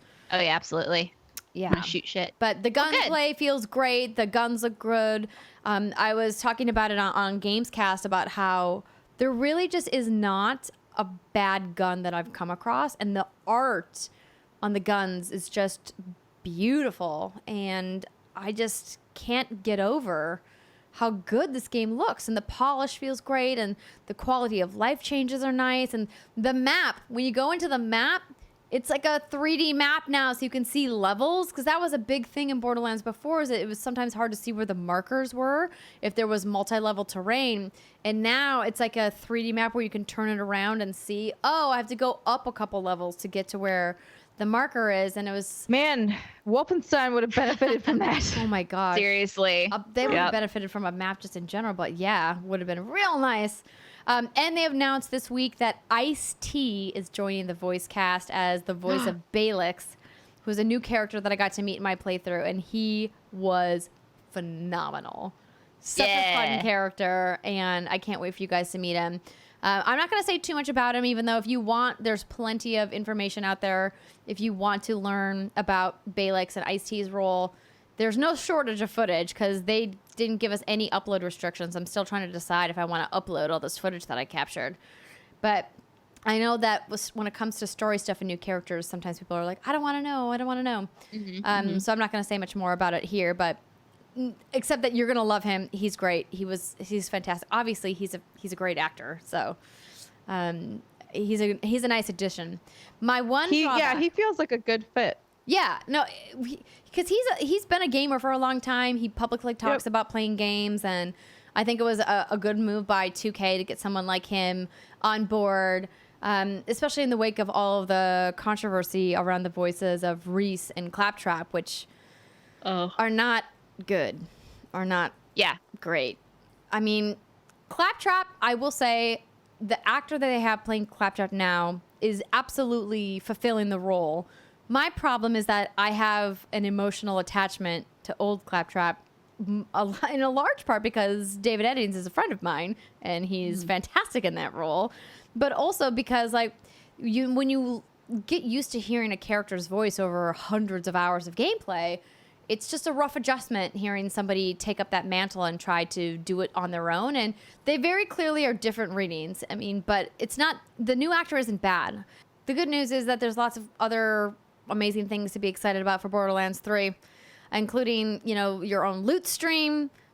They have 2-player co-op split screen, like local split screen, which is something that isn't found much these days, and then 4-player online. And this game is going to be great. I'm really, really excited for it. I'm so glad that Shadowkeep is delayed until October, so I have lots of time in September to play, even though I'm going to be moving during the first 2 weeks of launch.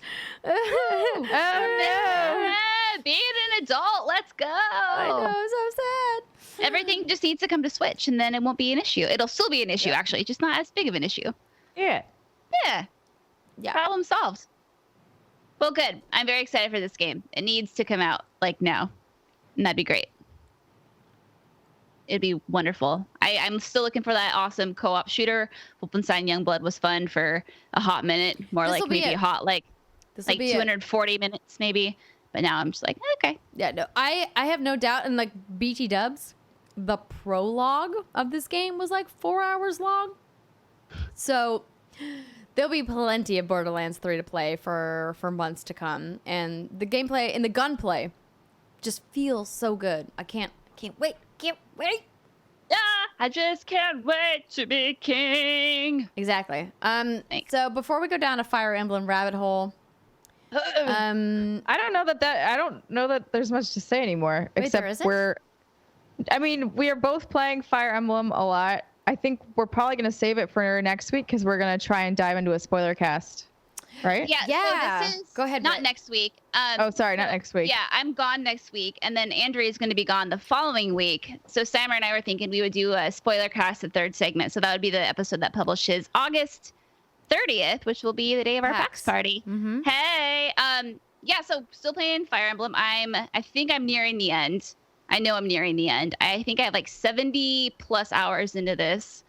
And I'm still loving it. It's kind of at that point, though, where it's the same repetitive formula that I'm not bored by any means. And I'm continuing to look forward to everything. But I don't know how to explain it. It's kind of, it's not exhausting, but I'll go through a month, right? And the way I break down my movements in Fire Emblem is like the first free weekend, I'll battle and I'll grind. I like to be at least like 5 to 10 levels higher than the level requirement for the mission. And then I'll go talk to everyone. Everyone in my party loves me. I got them all maxed out, so I don't have to spend time doing that anymore. But it's kind of like that same formula. Then at the end of the month, you do the mission, and then it's repeat, repeat, repeat. And so I find myself spending so much time going through a single month that by the time it's time to do it all over again, I'm like, okay, I'm just going to step outside for a little bit and get some fresh air. Do you find yourself doing that at all, Simon, or are you just like cranking? I mean, I've had to put it down just because of work. My schedule's been pretty busy.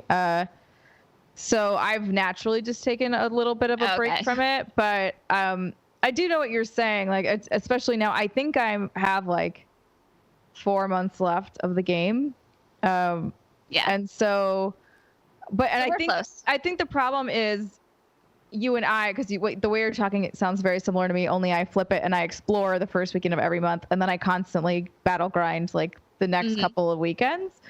Is the fact that I feel the need to level grind as much as you don't actually need to, which is what I would like to reiterate to people. But I'm just a weirdo that wants to be really OP and really over like leveled so that I can one shot people. I don't want to take the time Same. to like have a battle where you and I have exchange blows. No, I'm gonna kill you in one swipe. And plus, So it's a in good order way to do that. Yeah, it's a good way to build the relationships between your characters too. That's also true. So in order to do that, the best way is just be super OP, and like you have to grind in order to do that. But then it does get a little repetitive because you're just sitting there like kind of running through the same shit over and over again. Like right now, I currently got somebody they're just a little bit under leveled. And so I'm sitting here level grinding mostly for them and trying to give them as many kills as possible to give them the XP. But it's kind of a fucking trek, man. And I'm like, what's the best way to level this bitch up? I don't know. Yeah, what I do is because all my other characters are like pretty OP. So I stick them in with maybe like 5 characters instead of the usual 11. And then I auto battle to focus. And then I've never done auto battle. Oh my God, I'm going to change your life in like 5 seconds. So use auto battle, use focus. I'm too scared to use it.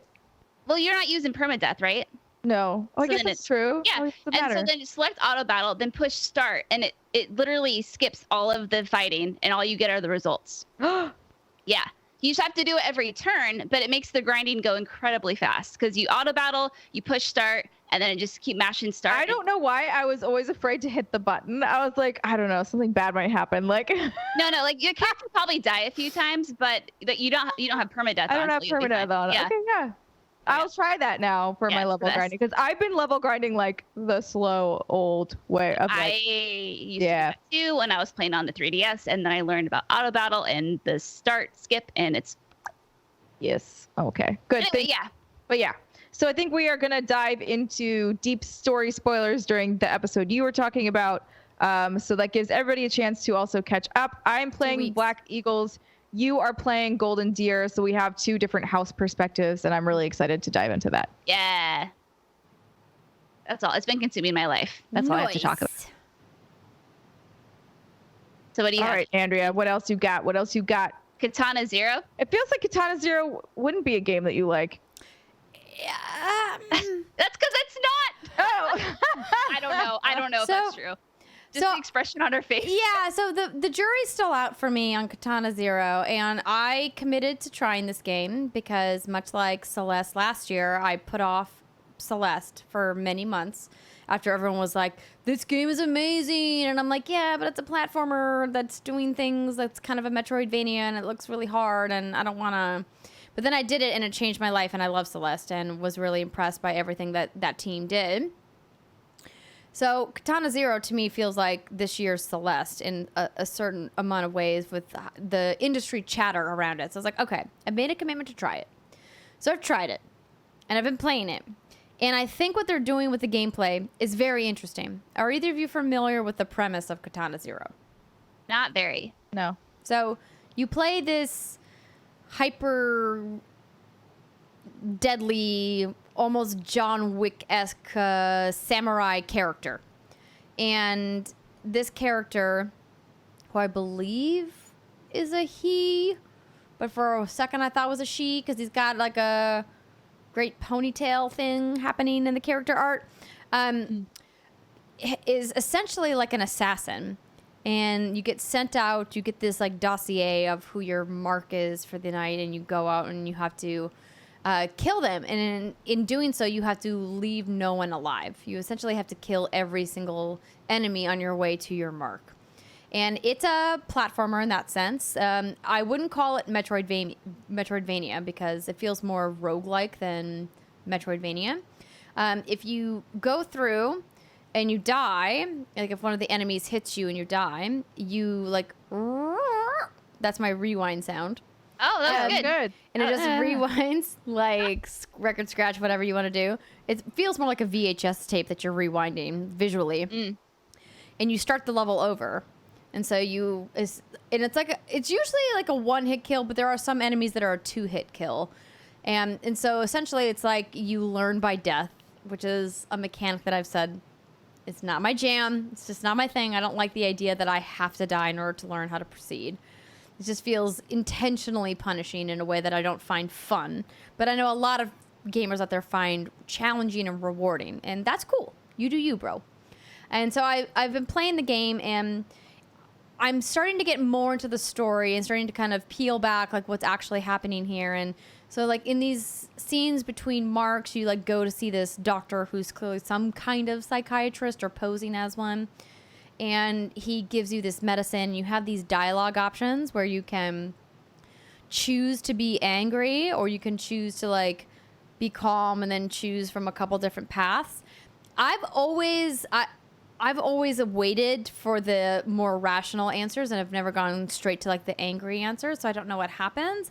But I imagine that your choices in these short dialogue trees impact what happens later in the level. For example, in the early stages, there's a hotel level where you enter in your like full gi, right? Your like your robe with the belt and everything, like you're a ninja, or you're like going to karate class or whatever, and you've got your katana sword, and you come across the receptionist, and she's like, "Yo, what's with the outfit?" And like one of the options is to be like either I'm here to kill people, or it's cosplay.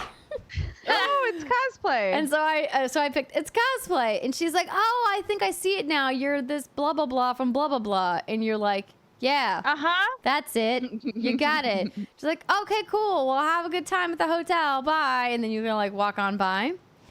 And I imagine if you're like, "I'm here to kill people," the conversation doesn't go as well.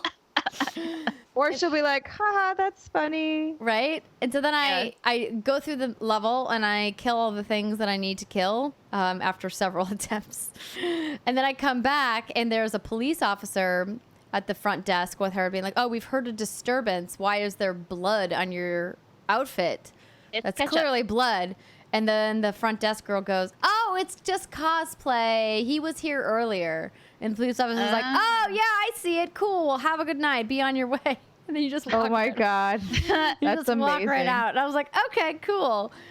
What's interesting about the way that the gameplay mechanic works is if you die, or once you pass the mission, you go into this weird replay where you get to see exactly what you did. So if you're having trouble with your mistakes, you can like kind of like watch the tape back to see like, oh, maybe I should like do football this here. practice. Yeah, kind of, yeah, essentially. But they kind of dump a bunch of the mechanics on you all at once in the beginning of the game. And so you kind of got to figure out, all right, when am I going to dash? When am I going to roll?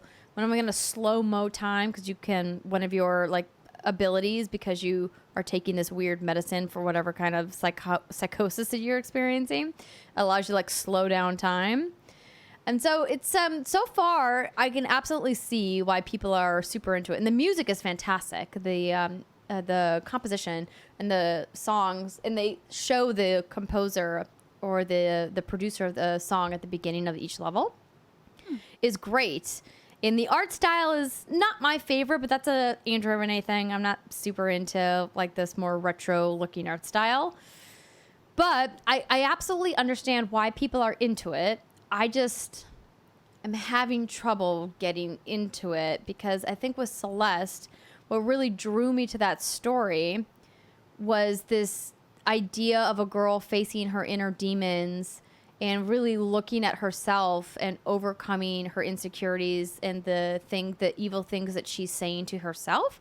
And the whole, trip of Celeste is her like climbing this mountain to like have some self-realization and conquer these demons that she has. And it feels like Katana Zero has hints of that coming, but I haven't got there yet. And at the beginning of the game, there wasn't an amazing message like, you can do this. It was just like, good luck, bitches. They didn't say that, for the record. That's just me, paraphrasing. That was you. Of course. But yeah, it makes sense why Celeste clicked and maybe this one isn't. You don't like retro looking graphics. You don't like learning by death. And so it sounds like, kind of something I've learned in my time playing video games is no matter what the genre is, if there's a message there that speaks to me or that I can relate with, you can generally look over those things that you usually don't enjoy and it actually adds to the experience. Sounds like Katana Zero is kind of more of a, haha, this is a fun, like, this is a video game. Mm-hmm. This isn't like trying to convey a very special message across. And maybe that's why it's not so much clicking. Yeah. With you. But I want to be clear, the game is really well built from a mechanics perspective. I didn't find any design flaws or anything like that. I think that if if you've heard about Katana Zero and you're interested, like the music's great, the art, you know, has a very specific point of view, and it seems like the story is going into an interesting place.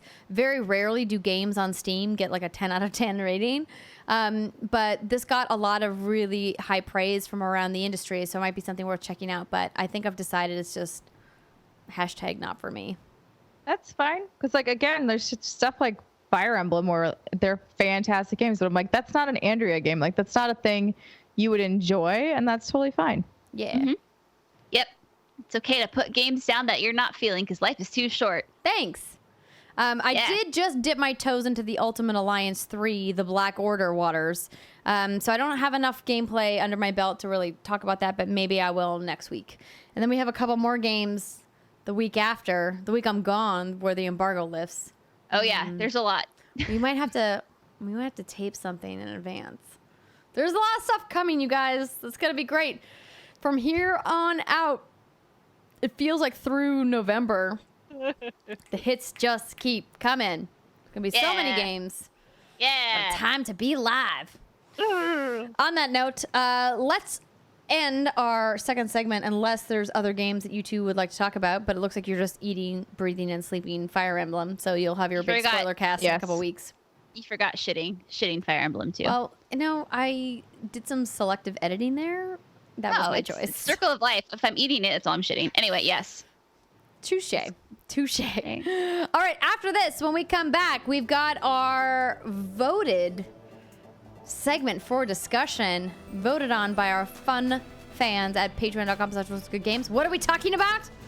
You're going to have to come back after the break to find out. We'll see you in a second.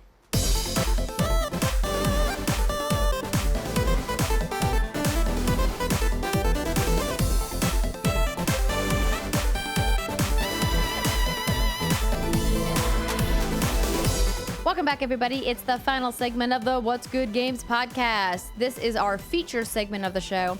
And this week it is brought to you by our fantastic patrons at patreon.com/whatsgoodgames. We've decided to change up the secret segment to be the third segment of the show, so everybody can get it all at the same time and just give some much needed love and recognition to all of the people that support us at patreon.com/whatsgoodgames. For as little as $2 a month, you can get access to exclusive videos, streams, and so much more. Join us. Help keep the lights on at What's Good Games by going to patreon.com/whatsgoodgames. Brittany, what did the fine folks over there vote on this month? They voted on us to talk about the topic of you can bring a video game character to life and they will be your best friend. Who will you choose? There's a lot of other really good topics, but this one is in the lead and this one won. So we are going to talk about it. Now, I struggled with this. I have a list of like 8 or 9 potential candidates over here on my Microsoft Word document. Or how many of them are BioWare characters? Most of them. Yes, I figured, yeah. I know, right? And so I try to think outside the box. And the problem is I know you play a game and you're in the game and you're like, this person is so cool. I love this character, blah, blah. And then you stop playing it and then you kind of like forget about them. So Totally. I know I'm probably missing quite a bit. But I would say right now, see, this is hard because we were talking about this. I want it to be a character that I can bang. Because you can be friends with benefits, and if I'm going to get a character to come into this real life... You want a 2-for-1 deal, man. Yeah, absolutely. So that's why my number one pick is a little tricky, but my number one pick is Garrus from Mass Effect, obviously. Oh, okay. Because he's so fun. And See, I would pick him if this was we were saying this is platonic purely. You cannot bang this person at all. Even if you fell in love with, you're just best friends. Wait, neither listen, of you like each other in that way. Don't bang shame her. If she wants to bang Garrus, she can. But I'm saying that's when I would pick Garrus, as if it was like this is purely platonic. I was just reminded of that conversation we had, like, was it, I don't know, years ago, I guess. We were talking about getting diggity down with Garrus and his beak in your poor vagina. Oh my God, I was so like, funny. First of all, he has a beak. Second of all, he has claws. Like, there's no way this is being enjoyed by anybody. Yeah.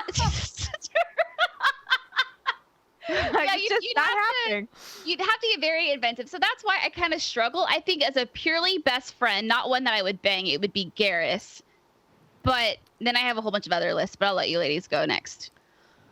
Oh, this is a tough one because you think about somebody, a best friend is somebody who you can do really cool, fun, exciting adventures with, but also someone that you can like just like chill in your sweatpants and like no makeup and like be grungy with, and like you can like do it together and you're like, yeah, let's just be filthy and dirty and order like Uber Eats and shit.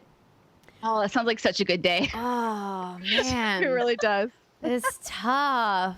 I think it could be really fun to have Sully from Uncharted as a best friend.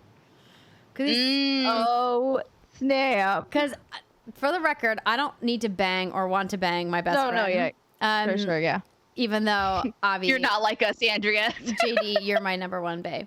But I think about Sully as a character from the Uncharted series, and he's just always down for shenanigans. He's like, what, some crazy weird adventure on an island that's probably going to get us killed? I'm in.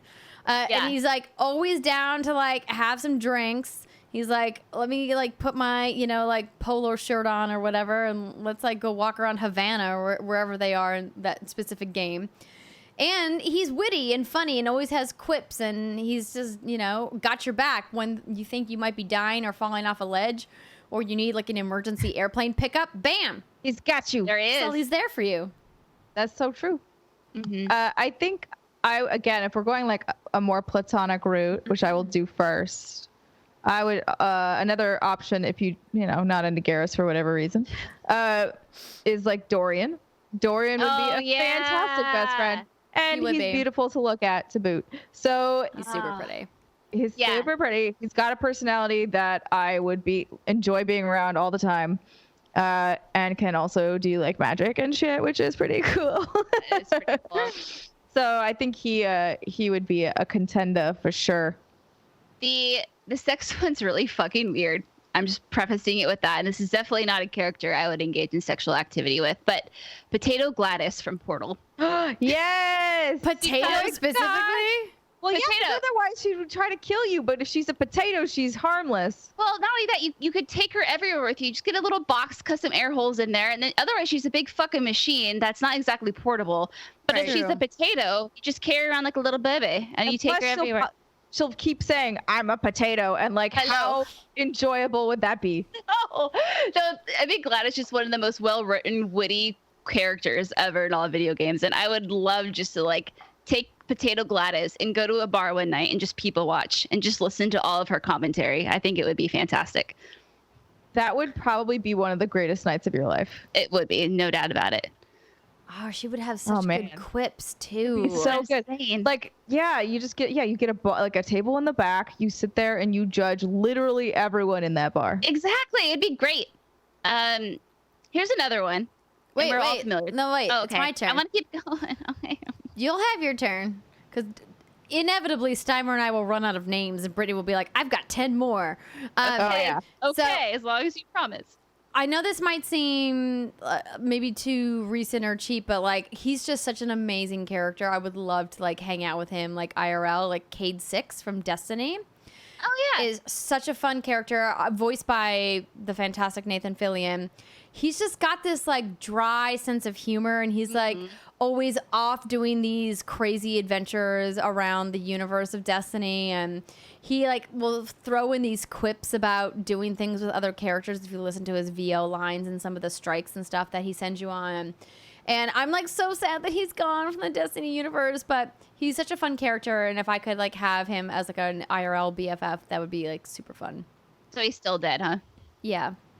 Dang. Sadly, still dead. Wah, wah. They were like, we don't want to pay him anymore. Yeah. No, but that's why don't we just kill this character off? I don't think it's even about that. I think Nathan Fillion was just like, yo, I'm busy. I'm a very popular actor. There is also that. Yeah. Because Activision had money to pay him, and now Bungie has money to pay him. Ooh, girl, what you drinking? That looks good. It's the Maker's Mark I bought for you, but now you're not coming back to this place, so I have to finish it by myself. Oh, that's sad. That just gut punched me. But you're right, I'm not. You're going to come to the new place. I will. I have some whiskey for me when I get there. It's a perfect example, though, of a character that, I mean, I couldn't really tell you the first thing about Destiny story and lore, even though I've played, probably like hundreds of hours between the two. But Cade 6 is definitely a character I remember and that I was attracted to, not so much physically because he's like a machine. But so, you know, yeah. Mm-hmm. yeah. But his personality, it was always exciting to approach him. And what's he gonna say this time? What funny thing is he gonna say? So that's a good pick.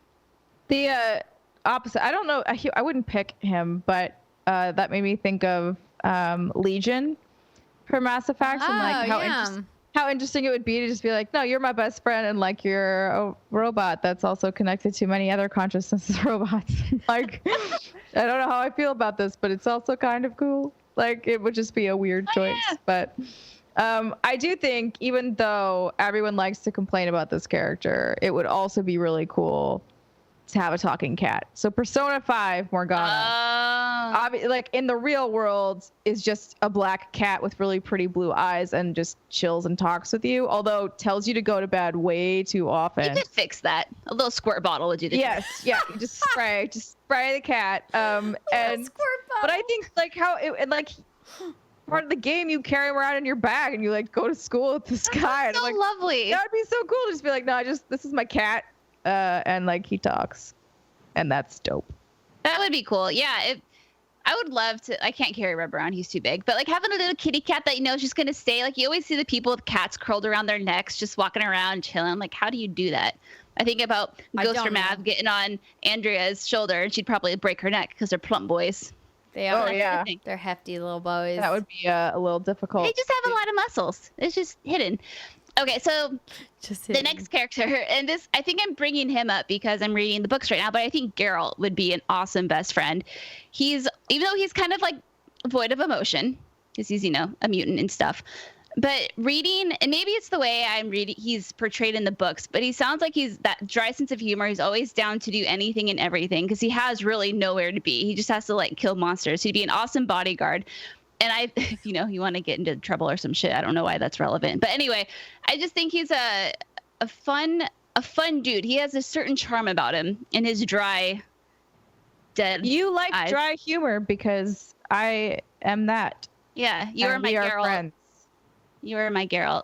Yes. I was going to say Dandelion, but I think Dandelion might get a little too Dandelion I would get on my nerves and I would want to punch him in the face. Zoltan might be okay, but Dandelion, hell no. Yeah. What about Yennefer? Okay, I'm getting off track. Go ahead. Yennefer would be, I don't know about a best friend. I obviously pick her as the Geralt ship, but. Because I'm trying to think of female, but I think the only female we've mentioned has been I have one. Potato Gladys. Okay. Yes. I would be best friends with Rachel Amber from Life is Strange. Would you? I would, because I would not. And I say Rachel because what I like about Rachel versus Chloe is that Chloe has just got so much anger that she needs to work through. And like, granted, she's been through some shit and she's got some trauma in her life that she needs to get professional help for. But like Rachel seems like one of these people that obviously also has her own issues that she's dealing with, but she seems like she's super fun and we would be like-minded individuals in the sense that we would put a focus on our studies in class and our obligations because I'm a nerd that way.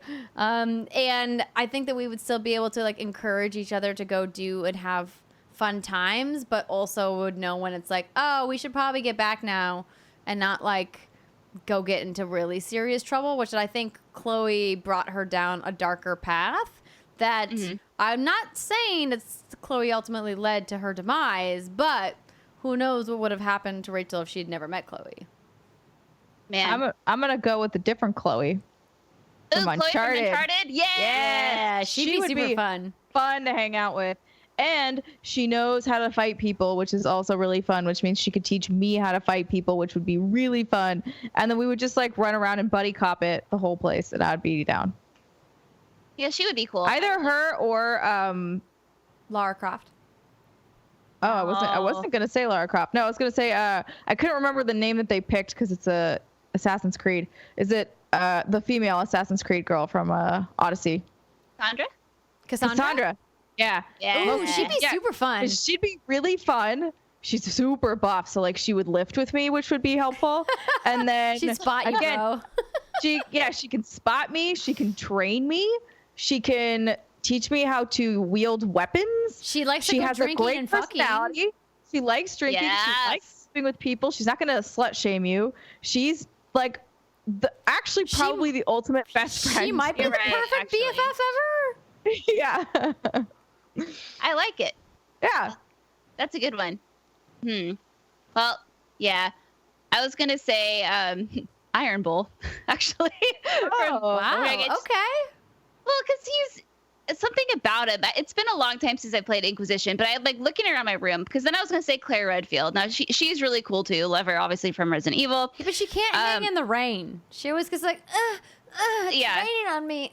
And like living in Washington, like sorry, bitch. You like gotta I'm sorry, but you're going to get used to some rain. Yeah, maybe Jill Valentine. Oh, maybe Tifa from Final Fantasy VII. I don't know. There's just so many candidates. I don't know. I can't pick anymore. I have too many best friends. But okay, ladies, if you had to pick one, just one.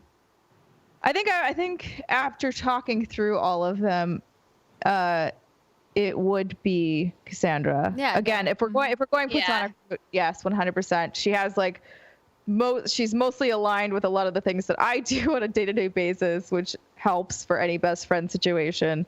And honestly, hey, she'd be DTF too if we like ever wanted to. Exactly, that's true. That'd be perfect. Best of both worlds. No, I agree. I think even though I never finished that game, the time I did spend, she did leave a very good impression. Well, we all have the same bestie. Now we get a fight over her, who she spends her time with. Oh no! No, we're gonna roll together as a posse. It'll be the four of us. It'll be great. We'll beat everybody up. So we'll buff. just always be lifting and schmoozing. Fuck that. You guys can carry me. I already told Sammer on Twitter. I'm excited for her to carry me around everywhere. I'll carry you. Yeah, carry me up the stairs. It'll be very romantic. I don't know what stairs maybe in your house. I don't have stairs in my house. Yeah, carry me up my stairs. I can have some rose petals. We'll laid just down. make up some stairs. It's fine. You'll do like the mime stairs. I'll do like I'll just go down behind the couch. It'll be great fun. Oh my god.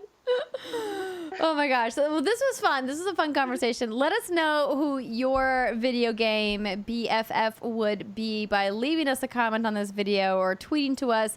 Of course, you can also leave a comment at patreon.com/whatsgoodgames. Thank you just so much to all of our patrons for suggesting this really fun topic of conversation for this episode. And that is going to do it for 118.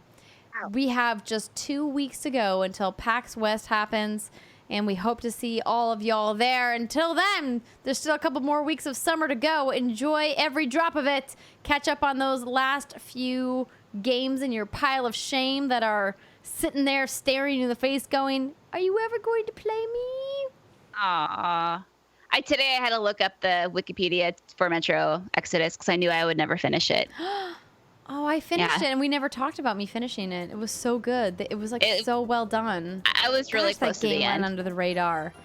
We'll talk about it at another time, but that game was... It was good. So good. So good. All right. That's it for now. We love you guys. Goodbye.